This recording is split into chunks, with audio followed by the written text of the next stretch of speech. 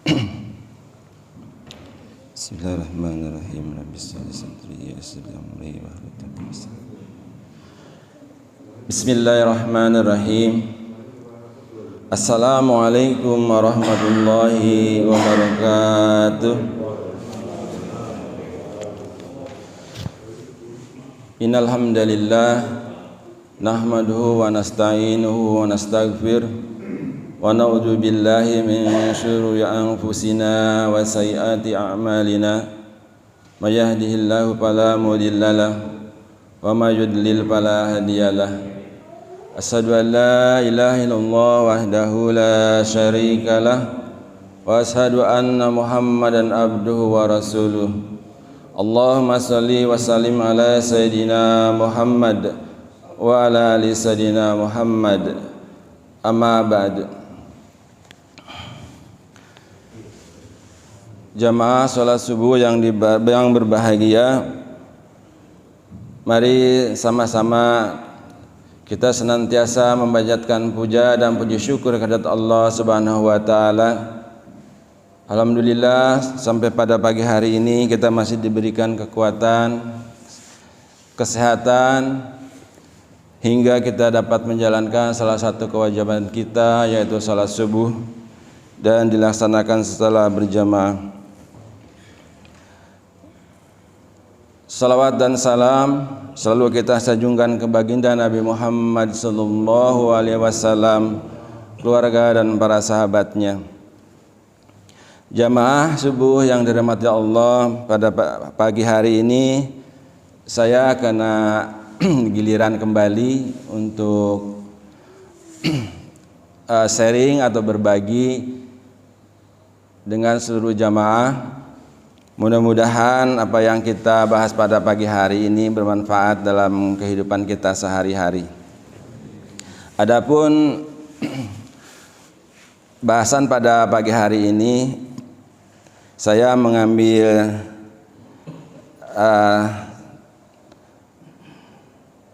masalahnya terkait dengan sujud sahwi. Jadi kami coba yang nggak berat-berat lah. Tapi ini adalah suatu hal yang menurut hemat kami cukup penting, karena dalam pelaksanaan sholat sering kita lupa atau mungkin pernah lupa, tapi bagaimana cara menyelesaikannya. Nah, pada pagi hari ini bukan berarti saya lebih tahu, tapi saya ingin menyampaikan saja apa-apa yang ada di dalam tulisan. Oleh karena itu, sama-sama kita membahasnya. Apakah yang disampaikan ini sesuai dengan hukum dan tata cara yang seharusnya dilaksanakan. Sujud sahwi, kata sahwi berarti lupa, sehingga sujud sahwi adalah sujud karena ada permasalahan atau dimulai dengan suatu perbuatan yang kita lupa dalam melaksanakan sholat, khususnya lupa yang terkait dengan rukun sholat dan wajib sholat. Karena kalau sunat bukan suatu hal yang lupa, boleh juga kita tinggalkan, atau baik kalau kita laksanakan. Mengenai hukumnya sujud sahwi ini khilafiyah ya, berbagai pendapat. Ada yang mengatakan wajib, khususnya ulama Hanafiyah. Tapi juga ada sebagian ulama yang mengatakan adalah sunnah. Nah, di dalam bahasan pagi hari ini, mari kita coba lihat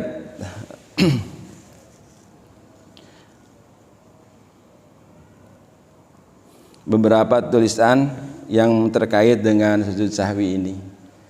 Jadi bagaimana cara melakukannya dan bagaimana bacaannya, kemudian waktunya seperti apa gitu.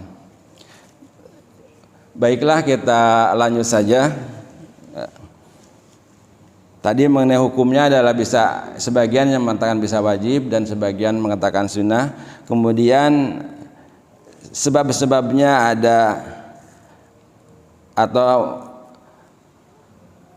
harusnya kita melaksanakan sujud sahwi.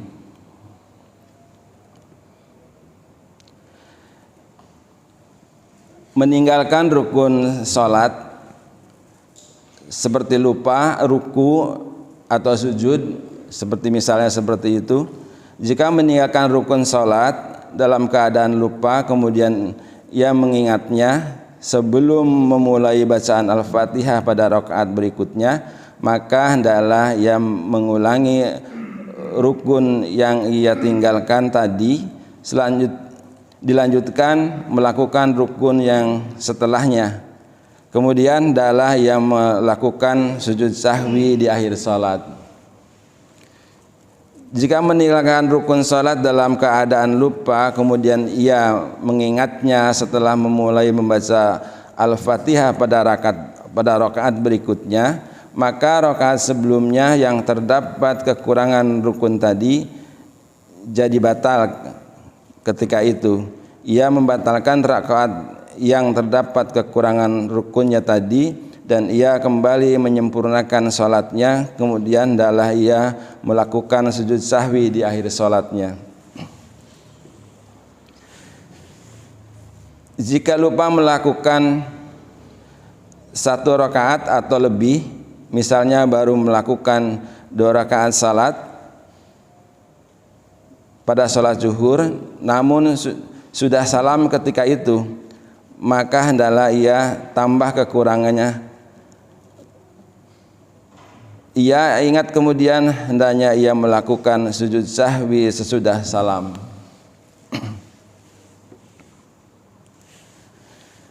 Meninggalkan wajib sholat seperti tasahud awal. Jika meninggalkan wajib sholat lalu mampu untuk kembali melakukannya dan ia belum beranjak dari tempatnya, maka hendaklah ia melakukan wajib sholat sebelum pada saat ia tidak ada kewajiban sujud sahwi. Jadi kalau kita ingatnya dari rukun ke rukun, jadi kita tidak melakukan sujud sahwi pada akhir sholatnya.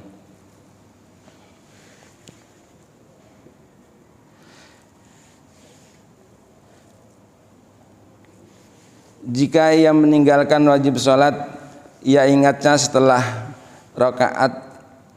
beranjak dari tempatnya dan setelah sampai pada rukun sesudahnya, maka ia tidak perlu kembali melakukan wajib sholat tadi. Ia terus melanjutkan sholatnya. Pada saat ini ia tutup kekurangan tadi dengan sujud sahwi. Keadaan tentang wajib sholat ini diterangkan dalam hadis Al-Mughirah bin Syu'bah. Ia mengatakan Rasulullah SAW bersabda, yang artinya, jika salah seorang dari kalian berdiri dari rakaat kedua, lupa tasawuf awal dan belum tegak berdirinya, maka hendaklah ia duduk. Tetapi jika telah tegak, maka janganlah ia duduk, namun hendaklah ia sujud sahwi dengan dua kali sujud. Hadis riwayat Ibnu Majah nomor 1208 dan Ahmad 253. Meninggalkan sunnah sholat dalam keadaan semacam ini tidak perlu sujud sahwi, karena perkara sunnah tidak mengapa ditinggalkan. Sebab kedua, karena adanya penambahan. Jika seorang lupa hingga menambah 1 rakaat atau lebih, lalu ia mengingatnya di tengah-tengah tambahan rakaat tadi, hendaklah ia langsung duduk lalu sujud akhir, kemudian salam. Kemudian setelah itu ia melakukan sujud sahwi sesudah salam.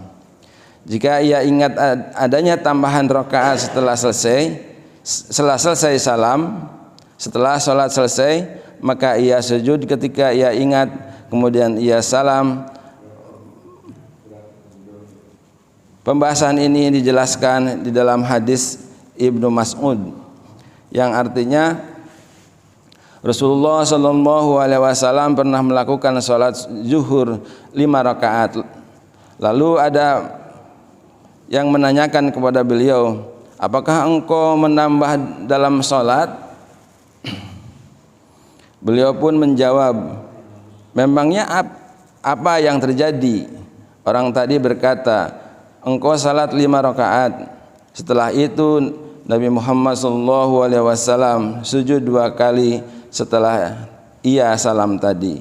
Hadis riwayat Bukhari nomor 1226 dan Muslim 572. Sebab ketiga, karena adanya keraguan. Jika ia ragu-ragu, semisal ragu setelah sholat 3 atau 4 rakaat, kemudian ia mengingat dan bisa menguatkan di antara keraguan-raguan tadi, maka ia pilih yang ia anggap yakin, kemudian ia nantinya akan melakukan sujud sesudah salam, sujud sahwi sesudah salam. Jika ia ragu-ragu, semisal ragu telah sholat 3 atau 4 rakaat dan saat itu ia tidak bisa menguatkan di antara keraguan-raguan tadi, maka ia pilih yang ia yakin, yaitu yang paling sedikit. Kemudian ia nantinya akan melakukan sujud sahwi sebelum salam. Mengenai permasalahan ini sudah dibahas pada hadis Abu Sa'id Al-Khudri yang telah lewat. Juga terdapat dalam hadis Abdurrahman bin Auf, ia mendengar Rasulullah SAW bersabda yang artinya, jika salah seorang dari kalian merasa ragu di dalam salatnya hingga tidak tahu 1 rakaat atau 2 rakaat yang telah ia kerjakan, maka hendaklah ia hitung 1 rakaat. Jika tidak tahu 2 atau 3 rakaat yang telah dikerjakan, maka hendaklah ia hitung 2 rakaat. Dan jika tidak tahu 3 atau 4 rakaat yang telah ia kerjakan, maka hendaklah ia hitung 3 rakaat. Setelah itu sujud 2 kali sebelum salam. Hadis riwayat At-Tirmidzi nomor 398 dan Ibnu Majah nomor 1209. Syekh Al-Bani mengatakan bahwa hadis ini sahih sebagaimana dalam As-Silsilah As-Sahihah nomor 1356. Jadi kalau yang keraguan-raguan tadi seperti saya udah 2 atau 3 ya, atau saya udah 3 atau 4 ya, tapi sedang dalam melaksanakan sholat, maka memilih rakaat yang terkecil tapi melakukan sujud sahwinya sebelum salam.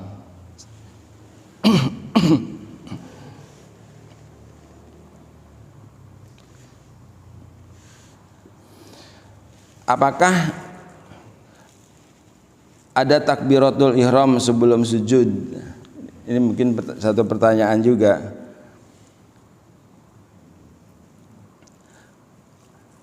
Sujud sahwi sudah salam tidak perlu diawali dengan takbiratul ihram. Cukup dengan takbir untuk sujud saja. Pendapat ini adalah pendapat mayoritas ulama. Landasan mengenai hal ini adalah hadis-hadis mengenai sujud sahwi yang telah lewat. Ibnu Hajar Al-Asqalani rahimahullah berkata, para ulama berselisih pendapat mengenai sujud sahwi sesudah salam, apakah disyaratkan takbiratul ihram ataukah cukup dengan takbir untuk sujud. Mayoritas ulama mengatakan cukup dengan takbir untuk sujud. Inilah pendapat yang nampak lebih kuat dari dalil-dalil tadi.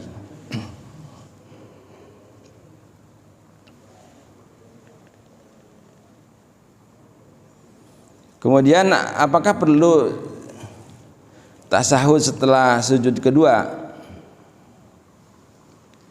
Pendapat yang kuat dari para ulama yang ada, tidak perlu tasahud lagi setelah sujud kedua dari sujud sahwi, karena tidak ada dalil dari Nabi Muhammad SAW yang menerangkan hal ini. Adapun dalil yang biasa jadi pegangan bagi yang berpendapat adanya dalil tadi adalah dalil yang lemah. Jadi cukup ketika melakukan sujud sahwi, berakhir untuk sujud pertama, lalu sujud kemudian takbir lagi untuk bangkit dan sujud sebagaimana duduk antara dua sujud atau duduk iftirasi. Jadi duduk seperti duduk tasahud awal. Setelah itu bertakbir dan sujud kembali, lalu bertakbir kembali, kemudian duduk tawaruk, duduk seperti kita mau tahiyat akhir. Setelah itu dalam salam tanpa tasahud lagi sebelumnya. Syekhul Islam Ibnu Taimiyah rahimahullah mengatakan tidak ada dalil sama sekali yang mendukung pendapat ulama yang memerintahkan untuk tasahud setelah sujud kedua tadi dari sujud sahwi. Tidak ada satupun hadis sahih yang membicarakan hal ini. Jika memang hal ini disyaratkan, maka tentu saja hal ini akan dihafal dan dikuasai oleh para sahabat yang membicarakan tentang sujud sahwi. Karena kadar lamanya tasahud itu hampir sama lamanya dengan sujud, bahkan bisa lebih jika memang Nabi Muhammad SAW melakukan tasahud ketika itu, maka tentu para sahabat akan lebih mengetahuinya daripada mengetahui perkara salam, takbir ketika akan sujud dan ketika akan bangkit dalam sujud sahwi. Semua ini perkara ringan dibanding tasahud.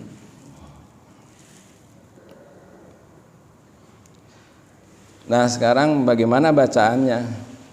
Seringkali ini juga menjadi hilafiah juga. Apa yang harus dibaca di dalam melakukan sujud sahwi? Sebagian ulama menganjurkan ketika sujud sahwi membaca Subhana mala yanamu wala yashu. Zikir sujud sahwi di atas anjuran sebagian ulama, Ibnu Hajar rahimahullah mengatakan, perkataan beliau, aku telah mendengar sebagian ulama yang menceritakan tentang dianjurkannya bacaan Subhana mala yanamu wala yashu ketika sujud sahwi pada kedua sujudnya, maka aku katakan aku tidak mendapatkan asalnya sama sekali. Riwayat At-Takhris Al-Habir. Sehingga yang tepat mengenai bacaan ketika sujud sahwi adalah seperti bacaan sujud biasa ketika sholat, yaitu Subhana Rabbiyal A'la.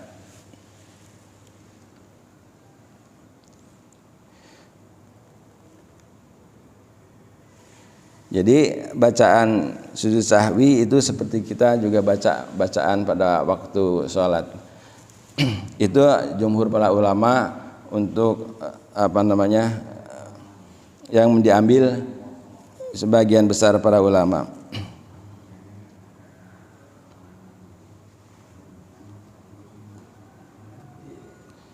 Sekarang mengenai tata cara sujud sahwi.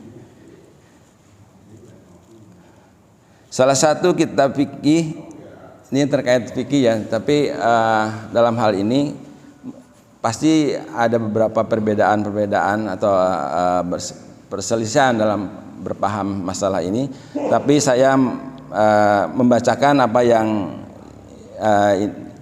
di dalam tulisan ini.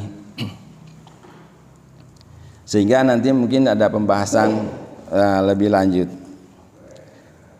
Tata cara sujud sahwi sama seperti sujud ketika sholat dalam perbuatan wajib dan sunnahnya, seperti meletakkan dahi, tumaninah, bersikap tenang, menahan sujud, menundukkan kepala, melakukan duduk iftirasi ketika duduk antara dua sujud sahwi, duduk tawaruk ketika selesai, dan melakukan sujud sahwi dan zikir yang dibaca pada kedua sujud tersebut adalah seperti zikir sujud dalam sholat biasa. Sebagaimana juga diterangkan dalam fatwa Al-Lajnah Ad-Daimah, Komisi Fatwa di Saudi Arabia, ketika ditanya bagaimanakah kami melakukan sujud sahwi, para ulama yang duduk di Al-Lajnah Ad-Daimah menjawab, sujud sahwi dilakukan dengan 2 kali sujud setelah sujud akhir sebelum salam, dilakukan sebagaimana yang dibaca ketika itu adalah seperti dalam sholat, kecuali jika sujud sahwinya terdapat kekurangan 1 rakaat atau lebih, maka ketika itu sujud sahwinya sesudah salam. Demikian pula jika orang yang sholat memilih keraguan yang ia yakin lebih kuat, maka yang afdol baginya adalah sujud sahwi sesudah salam. Hal ini berlandaskan bagi hadis sahih yang membicarakan sujud sahwi. Wabillahi taufiq wal hidayah.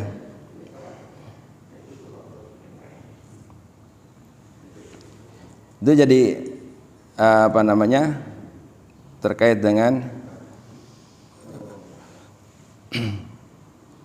caranya melakukan sujud sahwi. Jadi urut-urutannya, jadi kita harus seperti kita juga dalam sholat. Jadi kita tumaninah, kita duduk tangan, dan ada 7 tempat yang menempel seperti juga dalam sujud biasa. Dia dahi kita atau kening, 2 tangan, kemudian lutut dan kaki atau telapak kaki semuanya menghadap kiblat.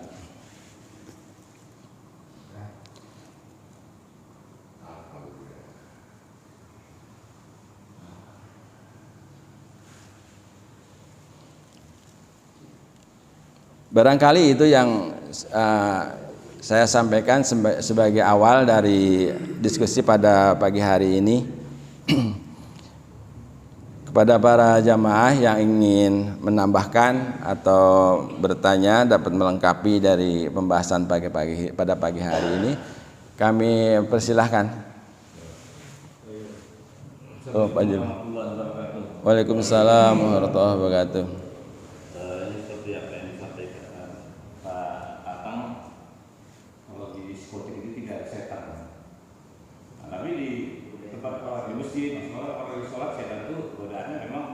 Luar biasa kan? Karena di spot itu sudah terjadi semua. Nah, kadang kita waktu sedang melaksanakan sholat itu ya memang kita diharapkan untuk menegakkan satu secara khusyuk ya. Walaupun khusyuk itu tidak menjadi rukun, kalau khusyuk tapi tidak begitu. Cuma kadang-kadang yang namanya pikiran kita itu adalah karena saya mengingat kerjaan lah, masalah dagangan lah, masalah gitu lah, namanya orang. Kadang-kadang konsentrasi kita itu terganggu. Nah, untuk ketergangguan kita tadi sedang melakukan sholat itu, kadang-kadang bilangan rakaat yang kita kerjakan itu bisa jadi kalau kita sholat sendiri, ini rakaat berapa ya? Kadang-kadang bisa lengah itu. Udah dari masalah pikiran, masalah kerjaan, misalnya. Nah ini kalau kita ingat saat kita setelah sholat sendiri, ini rakaat yang berapa? Atau kadang udah 4 rakaat, tapi udah berdiri lagi, 6 rakaat, jadi 5 gitu kan. Teringatnya setelah kita melaksanakan rakaat yang kelima tambah tadi, kita termasuk wajib untuk sujud sahwi. Nah itu kalau sholat sendiri. Nah bagaimana kalau posisi kita di rakaat terakhir, misalnya rakaat yang keempat sudah laksanakan, ini sholat berjamaah.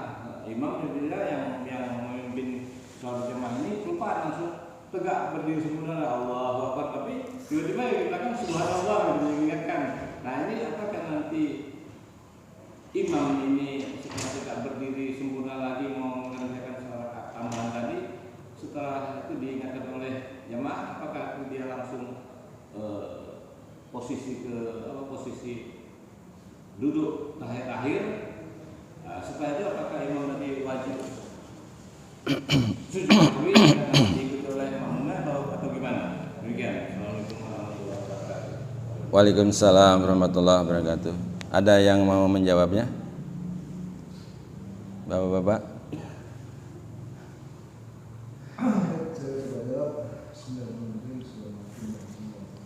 Waalaikumsalam. Mengenai kalau misalnya imam itu lupa, balik lagi kepada imam kan yang memimpin sholat. Misalnya kalau imam itu yakin bahwa rakaatnya betul, ya udah lanjut aja. Kalau imamnya nggak yakin, ya harus ngikutin makmum. Makmum subhanallah misalnya. Ya waktu saya pernah di sini asal. Saya yakin saya benar gitu, tapi benar subhanallah. Cuma satu orang doang yang subhanallah nih, nggak banyak yang lainnya.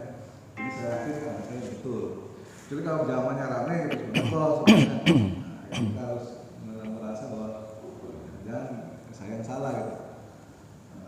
Rumusnya adalah sebaiknya sholat itu lebih dibanding kurang. Jadi kalau kita ragu berarti kan 2 atau 3, ya sebaiknya kita ambil 2 sampai sholat itu kurang. Karena sujud sahwi tidak bisa menambah jumlah rakaat sholat, tidak bisa. Atau ada rukun yang tertinggal, itu tidak bisa ditambah dari sujud sahwi. Kita lupa baca Al-Fatihah misalnya, diganti sujud sahwi. Nah, tentu saja itu tidak bisa, karena Al-Fatihah itu rukun. Jadi kalau misalnya ada rukun yang tertinggal, ya kita tambah rakaatnya. Sama dengan makmum masbuk ya. Kalau masbuk kan kalau kita ketinggalan rukun, datang dia udah satu Allah liman hamidah, ditinggal. Ya kita harus nambah 1 rakaat lagi. Begitu pun saat jadi imam harus sholat sendiri. Kalau ada 1 rukun yang tertinggal, artinya rakaat tersebut tidak sah, tidak dihitung sebagai 1 rakaat. Dia harus tambah 1 rakaat lagi di belakang. Setelah itu sujud sahwi. Karena sujud sahwi itu hanya sujud untuk menghina iblis. Nah, sujud menghina iblis. Nah, dulu iblis diperintah sujud pada Adam, nggak mau. Tiba-tiba dia memproklamirkan diri akan menjadi manusia, sehingga untuk menghina iblis bahwa walaupun manusia itu lupa dalam sholat, tetap Allah memberikan jalan. Dia bisa memperbaikinya. Jadi kalau misalnya dia orang yang lupa, ya, itu kembali lagi pada imamnya sebetulnya. Maka imamnya yakin bahwa dia benar. Bagaimana kalau imam yakin benar?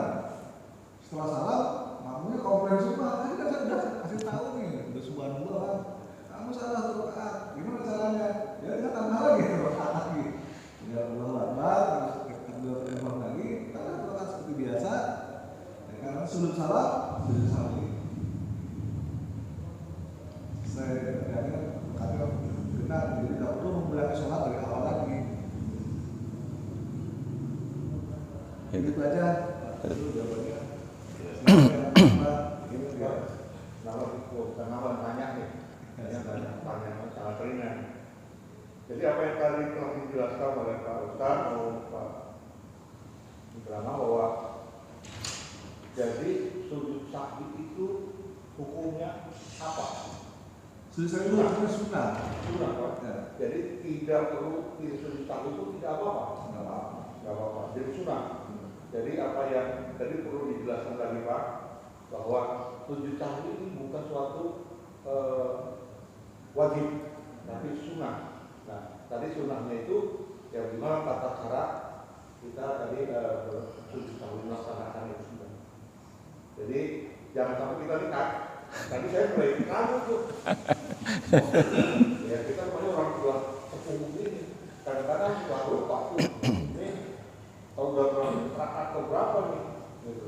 Jadi kalau tadi dengan penjelasan seperti itu, waduh, sampai lagi umur itu.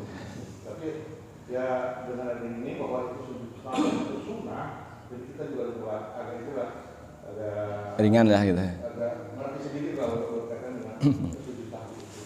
Makanya Tapi yang penting jangan lupa Pak, ngambil rokaatnya yang kecil. iya. Tanya Pak. Assalamualaikum warahmatullahi wabarakatuh. Waalaikumsalam warahmatullahi wabarakatuh. Dilaksanakan pada sholat wajib ya. Jadi kalau sholat sunnah misalnya kita lagi sholat taraweh atau sholat tahajud lupa berapa rakaat ini gitu. Nah itu apa perlu sujud tahwi atau hanya untuk sholat wajib aja? Nah, itu yang pertama. Nah, Semua sholat itu sama. sama. Oh, sunnah juga sama. Oh. Jadi bukan cerita sholat sunat wajibnya jadi dalam sholat gitu. Iya dalam sholat ya. Dalam sholat. Tapi yang kedua yang saya tanyakan, kalau baca, saya pernah itu pengalaman sholat Jumat berjamaah ya, kalau masalah. Terus si imamnya baca surat sajadah. Itu kan habis rukuk langsung itu kan apa namanya sujud. Nah orang yang nggak mendengar suara, ya kalau itu kan nggak tahu ada itu surat apa yang dibaca. Jadi subhanallah sama jadi kacau gitu Pak. Ya, sujud ada sujud. Akhirnya si imamnya bilang sudah selesai mengatakan maaf bahwa saya tadi baca surat ini gitu kan. Jadi dan orang yang nggak lihat sudah bisa ketahuan gitu. Atau saya juga pernah sudah baca Quran, itu ada di Quran itu ada ujungnya itu ada gambar masjid itu. Saya kita harus sujud, itu wajib loh. Sunnah. Oh, ya itu aja. Baik. Dari buka dulu, sebaiknya imamnya itu bijak gitu. Kalau misalnya Iya. dia baca surat yang ada sejadahnya ya ngomong dulu, kamu saya mau baca surat ini nanti sujud ya. Langsung sujud. Iya. Tanpa rukun. Iya, kalau gue langsung sujud ya. Nanti kira orang itu yang nggak mungkin juga orang kan nggak suka tahu. Iya, jadi subhanallah. Iya. Jadi yang pertanyaan terakhir tadi Pak Haji Chandra bahwa itu namanya bukan sujud sahwi ya. Itu namanya sujud tilawah. Kalau sahwi itu lupa. Jadi sahwi bahasa Indonesianya lupa. Kalau tilawah itu bacaan yang mengikuti. Jadi karena ada ada 15 gitu kan, ada 15 bacaan sujud, maka ada dalam Quran itu, maka kita disunahkan untuk sujud tilawah. Sujud yang mengikuti karena adanya bacaan perintah untuk sujud tadi gitu, di dalam Al-Quran. Ya? Beda-beda ya. Ada 15 ayat. Ya, setiap yang dibaca itu nanti kalau kita sujud tilawah beda lagi gitu. Nggak sama katanya. Beda maksudnya beda gimana? Kenapa? Misalnya kita baca surat-suratnya ada 40. Kita sujudnya kita bacaan sujud itu Baca seperti biasa aja. seperti biasa. Subhanallah wa rabbil a'la ya. Gitu. Nah, terkait dengan tadi Pak Haji Tatang bahwa tadi saya di depan agak bingung karena menyampaikan dari Hanafiyah Pak ya. Hanafiyah itu mengatakan wajib, nah, tapi jumhur ulamanya tadi yang sampaikan Pak Ustadz Rahmat adalah sunnah. Kemudian tadi yang Pak Zul, jadi tadi pembahasan di awal kita sampaikan bahwa apabila kita kekurangan di dalam rukun, maka kita batalkan satu rakaat itu gitu. Jadi ditambah gitu bilangannya.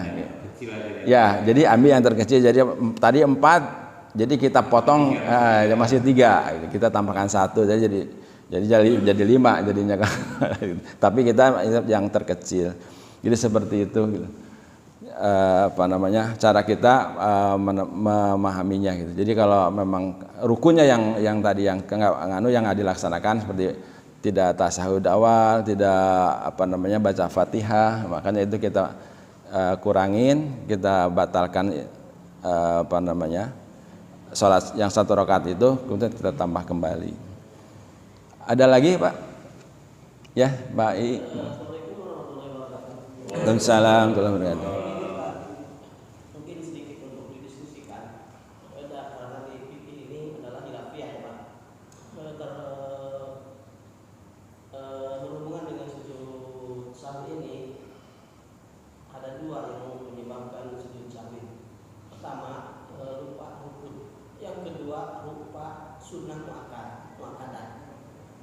Yang termasuk sunnah muakkadah adalah sujud tasawuf awal. Itu tasawuf awal itu termasuk sunnah muakkadah. Nah, maka ketika lupa tasawuf tasawuf awal, maka itu disunahkan untuk tasawuf sujud sahwi. Terus yang selanjutnya di rukun. Ini ada rukun qauli di dalam sholat, ada rukun fa'liyin, pekerjaan. Qauli adalah ucapan, fa'liyin adalah pekerjaan. Contoh rukun qauli di dalam sholat adalah seperti baca takbiratul ihram, terus baca suratul Fatihah, terus baca sholawat di tasahud akhir. Nah, itu termasuk rukun qauli. Mungkin yang saya dapati di dalam sujud sahwi ini yang menyebabkan disunahkan sujud sahwi terkait dengan rukun adalah apabila ketinggalan rukun fa'liyin, rukun yang berhubungan dengan pekerjaan. Barangkali ada pencerahan dari yang lain bisa disampaikan. Kalau rukun qauli itu tidak lupa dalam rukun qauli itu tidak disunahkan untuk sujud sahwi. Termasuk ketinggalan rukun sholat kayak seperti sujud atau i'tidal atau ruku, itu yang termasuk sunnah dengan sujud sahwi apabila ketinggalan. Tetapi kalau ketinggalannya rukun qauli, yang saya dapati Pak, itu tidak disunahkan untuk ruku sujud di sahwi ya Pak. Nah, mungkin tapi ini kan masalah fikih banyak khilafiyah, mungkin ada ulama yang lain membolehkan atau yang berpendapat seperti itu. Terus selanjutnya terkait tadi dalam imam, bagaimana sikap makmum apabila si imam ini lupa tentang rakaat. Ini ada batasannya. Ketika imam misalnya lupa tentang rakaat akhir, misalnya di rakaat sholat maghrib 3 rakaat, di rakaat akhir ini tiba-tiba si imam ini di rakaat akhir ini tiba-tiba berdiri lagi seperti yang Ustaz sampaikan tadi. Kalau imam punya keyakinan bahwa itu adalah imam baru 2, maka imam harus berdiri, jangan terprovokasi dengan imam makmum ya. Jadi imam itu harus punya keyakinan yang kuat, di situ imam harus berdiri. Tetapi kalau lupanya di rakaat kedua, misalnya di tasahud awal, lupa, imam itu lupa ini 1 atau 2, ini sholat maghrib misalnya, lalu dia berdiri. Nah, di situ ada 2 yang harus dilakukan. Pertama, kalau imam itu berdirinya belum sampai ke hadal ruku, hadal i'tidal, maka imam itu harus ngikutin makmum, harus duduk lagi. Misalnya baru setengah jongkok misalnya, maka si imam itu harus ngikutin makmum. Jadi ingat ketika baca subhanallah harus duduk berarti. Tetapi kalau dia udah terlanjur berdiri, maka si imam tidak boleh duduk lagi untuk melaksanakan tasawuf ini. Karena kalau balik lagi ke bawah itu menambah rukun. Jadi disitulah mungkin untuk menambahkan wawasan kita, terutama imam yang biasa kita imam atau kita ketika dijadikan imam dimanapun, apabila kita lupa di rakaat itu, maka ada 2 yang harus dilakukan. Ketika rakaat ketiga misalnya terakhir, kalau lupa imam harus berdiri. Nggak boleh istilahnya kalau mungkin kali itu udah baru 2, berarti kan tadi harus lebih daripada kurang gitu kan. Gitu. yang jadi patokan. Tapi kalau di tasyahud atau rakaat kedua ini imam itu kalau berdirinya belum sampai ke ruku maka harus balik lagi ngikutin makmum. Tapi kalau udah terlanjur berdiri jangan duduk lagi, harus dilanjutkan berdiri tegak dan dilanjutkan dengan sholat rakaat yang selanjutnya. Barangkali itu Pak. Ya. Terus ada tambahan. Baik. Bagaimana sikap makmum menyikapi kalau seandainya imam itu lupa di rakaat? Kalau seandainya imam itu lupa di rakaat, apa sih makmum ini harus ngikutin? Berdiri atau bagaimana kan? Yang saya dapati bahwa ada dua yang harus dilakukan oleh si makmum. Pertama intidor itu menunggu si imam menyelesaikan sholat. Yang kedua ngikutin si imam. Karena yang lupa itu kan imam.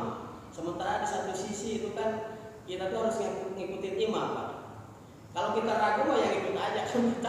Kita yakin udah selesai 3 dan biarkan aja imam berdiri menyelesaikan menyelesaikan sholatnya itu. Yang harus dilakukan berarti si makmum itu harus duduk intidor. Nanti salamnya nunggu. Sebentar Pak. Bagaimana sikap si makmum? Si makmum ini ada dua yang harus dilakukan. Pertama intidor, nunggu imam selesai sholat. Yang kedua salam. Pertama si imam itu intidor, nunggu si makmum itu intidor, nunggu si imam selesai dulu sholat. Jadi salamnya bareng sama si imam. Yang kedua bisa langsung salam. Ketika kita udah meyakini bahwa kita ini rakaat ketiga, misalnya di sholat maghrib atau di sholat subuh udah rakaat kedua, misalnya dan selanjutnya, maka si makmum ini langsung muparokah, niat pisah dari imam dan langsung salam. Itu barangkali Pak. Kalau seandainya terjadi ini si imam yang lupa, jadi saya ulangi, apabila si imam lupa di rakaat terakhir, misalnya sholat maghrib lupa di rakaat ketiga, maka ada dua yang bisa dilakukan oleh si makmum. Pertama intidor. Intidor itu menunggu si imam menyelesaikan sholatnya dan nanti kita makmum salam bareng si imam. Yang kedua si imam bisa salam duluan, artinya dia lupa rokok dari imam, dia bisa dari imam. Jadi salam duluan biarkan imam nanti salam sendirian. Itu barangkali Pak yang saya sampaikan. Barangkali itu dari fikih kan ada khilafiyah. Assalamualaikum warahmatullahi wabarakatuh. Waalaikumsalam warahmatullahi wabarakatuh. Ada lagi? Masih? Iya Pak. Berkaitan dengan apa tadi sujud sahwi Pak. Ini imam sudah kita tahu bahwa dia ada kekurangan sholatnya. Tapi dia lupa sujud sahwi imam. Nah, apakah makmumnya juga tidak perlu sujud sahwi atau sujud sahwi sendiri? Ya. Kalau perjalanan pagi tadi memang beliau membahasnya terlalu dalam.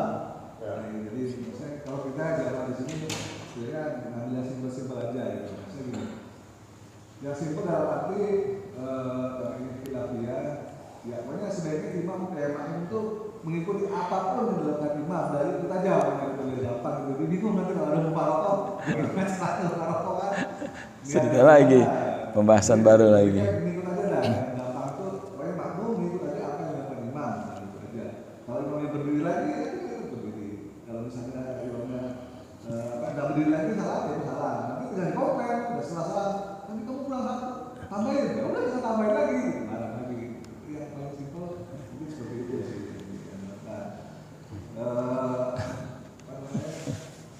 Keingat dari itu sih paling sujud sawi. Ya karena sujud sawi itu sunnah ya nggak perlu. Gak apa-apa Pak. Jadi gini Pak, apa yang disampaikan oleh Pak I tadi itu yang sebenarnya kalau kita bahas lebih dalam akan seperti itu. Tetapi seolah-olah tadi kan yang salah imam biarkan saja gitu. Kemudian kita ngambil langkah baru. Kenapa? Langkah apa?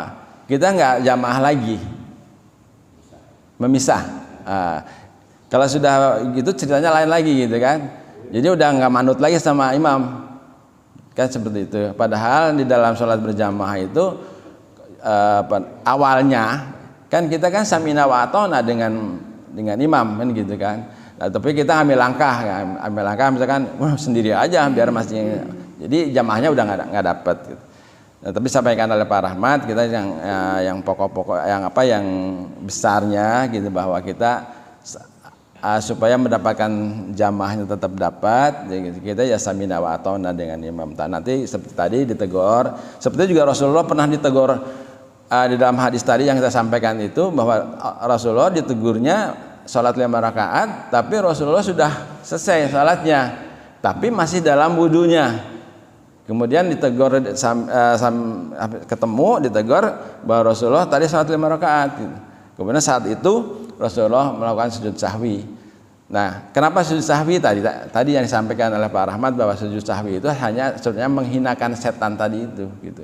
Sunnahnya kita melakukan sujud sahwi seperti itu. Jadi betul yang yang disampaikan Pak I, bahwa ini hilafiyah gitu ya. Makanya saya bilang bahwa ini koridor yang saya bacakan, apa yang ada di sini, yang di tulisan ini, yang